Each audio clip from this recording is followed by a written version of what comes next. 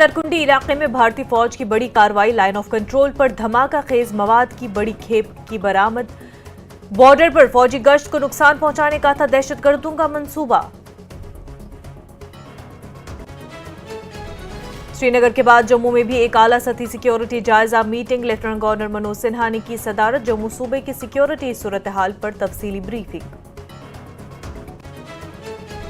हर तरफ गड़बड़ है, लोगों को मुत्तहिद होने की जरूरत। पीडीपी सरबराह महबूबा मुफ्ती का बयान, कहा बेरोजगारी के मसले को हल करने के लिए नहीं हो रही कोई मीटिंग।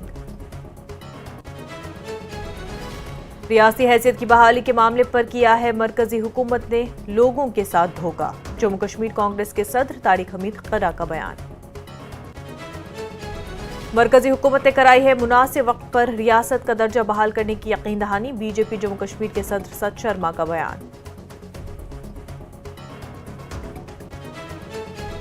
मढ़ीन कठुआ में एसीबी की बड़ी कार्रवाई, पटवारी को किया रंगे हाथों रिश्वत लेते गिरफ्तार। काम के बदले 15,000 रुपए रिश्वत की थी तलब।